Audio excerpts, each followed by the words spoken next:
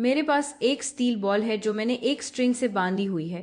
मैं स्ट्रिंग को अपने हाथ में पकड़ती हूँ और स्टील बॉल को इससे लटका देती हूँ। इसे पेंडुलम कहते हैं। अब मैं क्या करती हूँ कि मैं स्टील बॉल को दूसरे हाथ से एक तरफ खींचती हूँ और फिर छोड़ देती हूँ। इस मोशन को गौर से देखें। हम कह सकते हैं कि पेंडुलम मोशन में है। अब ये पीरियाडिक मोशन की एक मिसाल है, क्योंकि इस केस में ऑब्जेक्ट यानी स्टील बॉल कुछ वक्त के बाद अपनी मोशन को रिपीट करता है। यहाँ तक कि सर्कुलर मोशन के केस में भी, जब स्टील बॉल दोबारा स्ट्रिंग से बंधी हुई थी और हम इसे घुमा रहे थे, आप देख सकते हैं कि ये मोशन भी कुछ वक्त के बाद रिपीट हो रही है।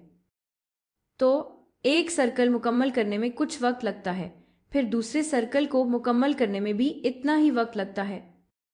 तो ये मोशन खुद को बार बार रिपीट कर रही है। सर्कुलर मोशन को भी पीरियाडिक मोशन की एक किस्म कहा जा सकता है। पीरियाडिक मोशन की कुछ और मिसालें भी हैं, जैसे दरख्त की शाख का आगे पीछे हिलना या स्विंग या गिटार के स्ट्रिंग्स की मोशन। ये सब पीरियाडिक मोशन की मिसालें हैं।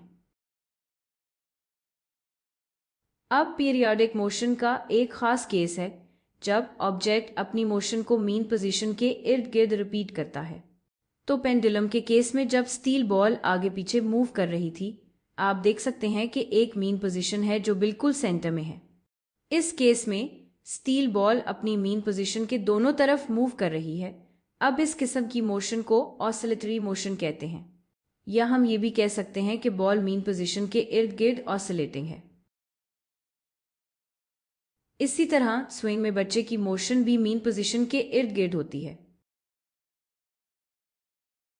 आइए एक और मिसाल देखते हैं। स्लिंकी की मिसाल लेते हैं और मैं चाहती हूं कि आप स्लिंकी के नीचे वाले हिस्से को गौर से देखें। देखें कि नीचे वाला हिस्सा कैसे ऊपर नीचे मूव कर रहा है। तो इस केस में भी हम कह सकते हैं कि ये ऑसिलेटरी मोशन में है, क्योंकि ये मीन पोजीशन के दोनों तरफ मूव कर रहा है। मीन पोजीशन के दोनों तरफ जा रहा है, तो ये भी ऑसिलेटरी मोशन है।